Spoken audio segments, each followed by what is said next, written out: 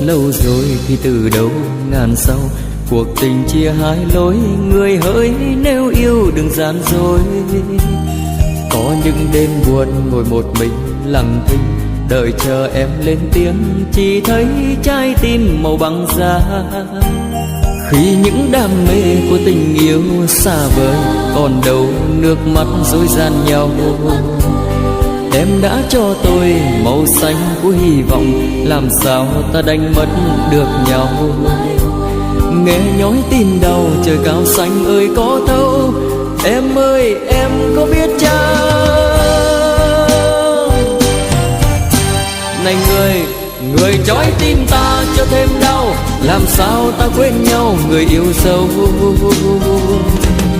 Em đã xa anh tình mong manh tiếc nhớ, ai mang ý thơ. Hỏi đã xanh rêu bao nhiêu năm, tình anh cũng bấy nhiêu tình buồn thua.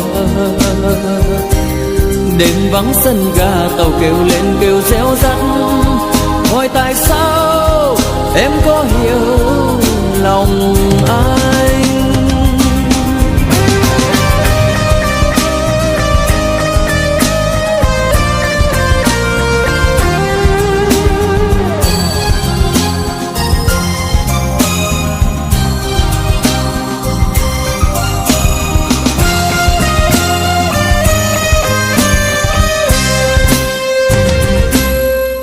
Rất lâu rồi khi từ đâu ngàn sau cuộc tình chia hai lối, người hỡi nếu yêu đừng gian dối.